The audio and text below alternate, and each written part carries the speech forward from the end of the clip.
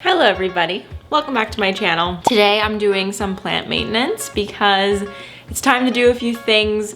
The summertime is always full of plant maintenance. If you haven't noticed that yourself, maybe this is your first summer collecting houseplants, and if that is the case, well, welcome to summer maintenance. So today I'm going to be focusing mostly on the cabinet because there's a lot going on in there. There's constant growth, I should say. So there's a lot of things that I want to check on, maybe do some repotting, maybe doing some up potting from propagation pieces. So yeah, I am excited for you to join me on this little trip down plant maintenance lane. And I also want to give a big thank you to Green Chef for sponsoring this video. I love Green Chef and I love anytime I get to cook a Green Chef meal. So I'm going to show you the process of that today. But first we're going to do just a few plant chores in the greenhouse cabinet. So something that I'm discovering about the greenhouse cabinet is what is the thing called? The cork board in the back. The pegboard. I don't remember what IKEA calls it, but IKEA's version is just subpar, I should say. I'm not super impressed by it. I don't think that it's super great for the high humidity environment. And when I actually put mine in and was like installing my greenhouse and talking about all of that, somebody actually commented and was like, oh, I actually sealed mine like with a spray sealant because otherwise it, you know, grows mold. So I didn't do that because I was like, oh, well, I guess it's not that I didn't believe them. It's just I wanted to see it for myself first, which is like the story of my life. That's just who I am as a person. So it has come to the point where it has gotten mold on it. And I just don't want mold in my house in that capacity. I just think it's kind of gross. So with that said, I found an Etsy shop who, well, first of all, I searched greenhouse cabinet on Etsy and there are people on there who custom make accessories for the greenhouse cabinets. It's very cool. They make like corner shelves, they make the backboards like the IKEA one, except it's clear acrylic. A lot of the things in there just, you know, need some help. So we're doing that today. And I'm going to be doing it on my plantfolio, not mat, repotting station. So my friend Eli actually makes these and I get a lot of questions about it. It's the thing that I water over my sink with. You can see it's like the middle thing, but I always get questions about it. So I get so many questions that Eli actually gave me a discount code. So if you are interested in getting one of these, you can use the code Becca10 for 10% off your order. I think it's a wonderful investment to have for your plant collection, and it's so versatile. I mean, you guys see me use it in so many different types of videos. This is my mammy eye. This new leaf spike is coming in. It's looking like it's getting very mature. And this right here is just dwindling away slowly, but I'm gonna leave it because why not? I'm just gonna pull off this nasty brown edge. But I want to unpot this and repot it. Ooh, the roots are coming out the bottom. Can you see that root coming out the bottom? I had a feeling that it was gonna be ready for real soil, so I'm super happy to see that it is. Hopefully the root system has really developed nicely, because when I put it in, it wasn't a very big root system, but it felt big enough to go into its own little pot. So let's see. Ooh, oh my gosh, that is so much better than I expected. I'm not like super concerned about removing like as much of the cocoa as I can because I like the cocoa as a mix and I don't want to disturb it too much. The only thing with the cocoa is there's no nutrients in it. So I want to get it into a nutrient rich mixture so that it can start, you know, producing growth at a more rapid rate and be getting exactly what it needs. But this is incredible. When I put it in, it barely had a root system. It was barely coming off. It was maybe like this big. I grabbed this clear pot because it is basically like the same shape and it's a 5.5 inch pot. And I have been using these for a really long time. A lot of my anthurium are in these and I love them. I think they're really easy to monitor the roots. Like if there's a plant that I'm nervous about, I like using this because I can keep an eye on the roots and see how everything is growing in. So I'm gonna be potting it in Dela tanks as well. A lot of my philodendron are very happy in it. Not all of my plants have been transferred yet, but all of my plants that are in it are just loving it. Okay, that's a lot better. Hey. Okay, thank goodness I'm a little short, so I don't have to bend too much. I think if I just spread my legs a bit, maybe if I just like spread my stance, I'll be a better height. But okay, what is next? So this is a variegated Epipremnum variegata. Epipremnum pinnatum variegata. That's what the plant is called. And I have it propagating in sphagnum moss inside of this glass here. And you know what? I think this might be the last thing that I propagate in sphagnum moss. Really for the reason of I preferred the cocoa peat. Like this Philodendron memii was my big experiment to see what I thought. And I just much preferred the cocoa peat. And for really the only reason is I don't really want to keep sphagnum. I don't really want to keep sphagnum moss in my pots. Like I have to work really hard to remove it from the roots is what I'm saying. Because I don't really want it to be surrounding the roots in the pots. Just because I feel like that kind of fosters an environment for rot, you know, and it's really difficult to completely remove it.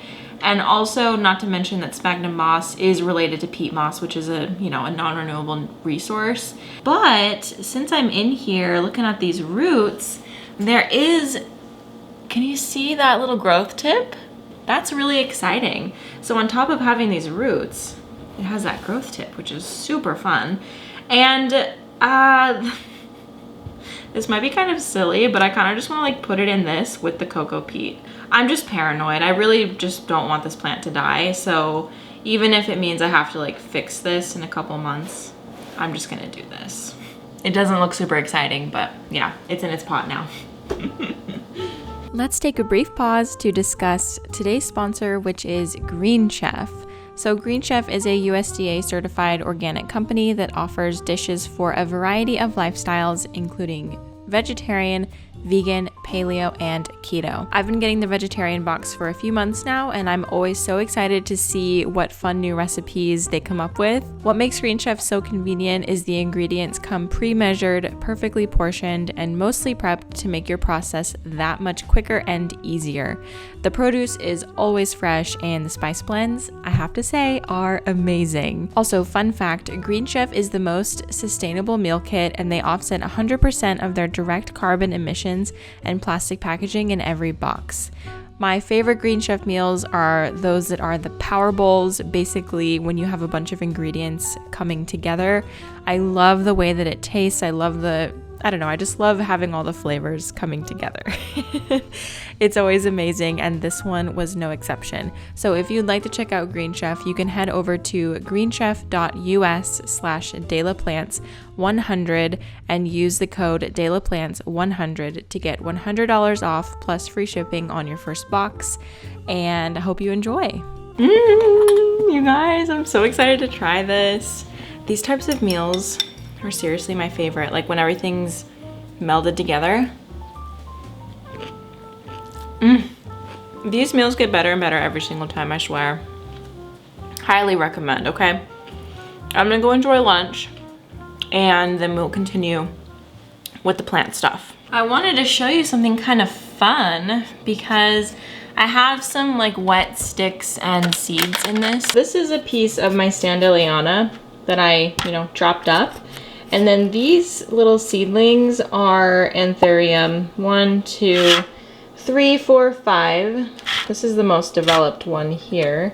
And they're really, really cute and tiny, and my camera is having a very hard time picking them up. But I ordered them from a man on Instagram called Jungleberry, and he has a lot of seeds for sale at various times. The next thing that I want to do is fix up this little guy.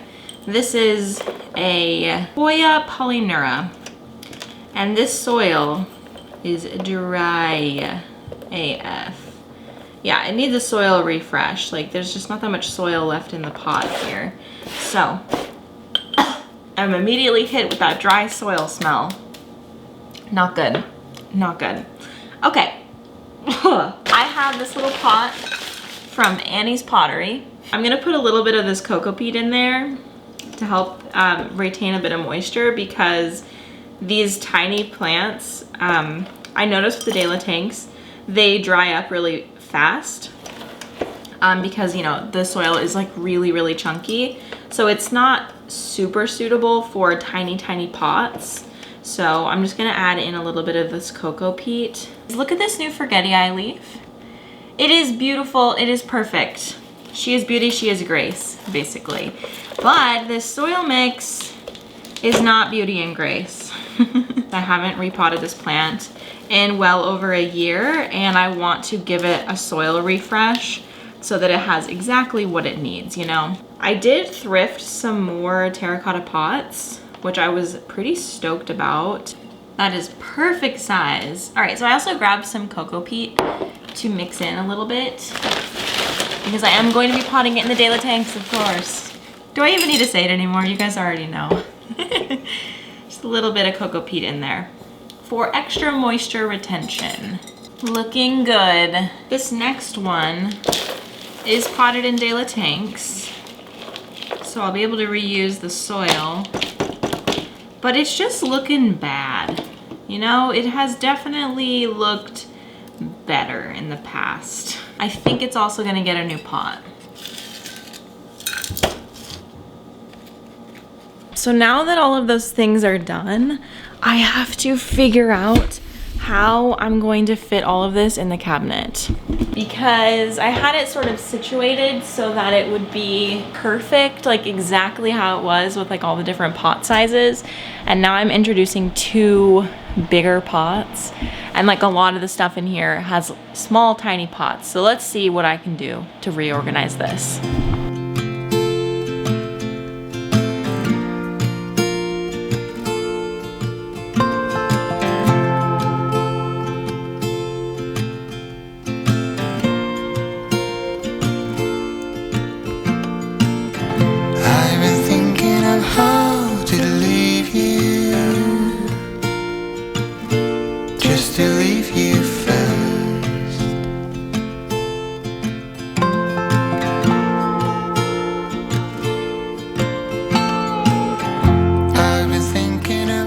Okay, so the next thing that I'm doing to improve the cabinet is set up this smart plug. So it had really mixed reviews on Amazon. That's where I got it from. So I don't know. I will let you know if I recommend it or not at a later time. I want to try it out for a while. But basically you just download their app, and then with the app you can turn on or off these plugs, and that's going to be really helpful for me because the cabinet right now is operated only by this single switch on the power strip. So when I turn it off, the fans also turn off. So I really want to have the fans on at all times so that the airflow is constantly moving in there, which is not a thing if the fans are off and it's completely sealed up, obviously. So I'm gonna set this up. I actually did throw away the booklet without even thinking about it. So I don't know what app it is, but I'm gonna search this and see if that comes up with anything. We will just have to see. All right, I think that I did find the app. It is called GoSund Smart. It looks like this. I have to sign up and make an account. I hate when I have to do this. It's so annoying. Like, it's a light switch, you know? Why? Why do you need my email address? Wow! Okay, so this is what it looks like now that I have it on. So, let's just, oh my gosh. Look. You guys ready for this?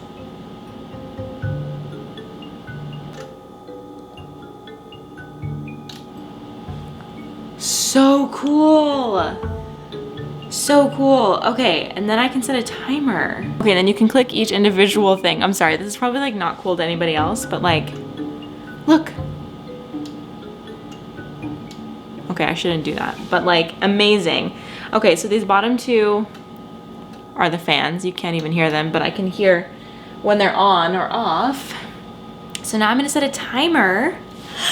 Oh my gosh, technology! Okay, so there's a little timer button. I'm gonna click on that, and then I'm gonna add a schedule. So every single day, it's gonna be on at, let's turn it on at 5 a.m. So it'll be on from 5 a.m. to 7 p.m. Well, I think that is going to be all for this video. Those were a couple updates to the greenhouse cabinet that really needed to get done, and I'm very glad that I did them.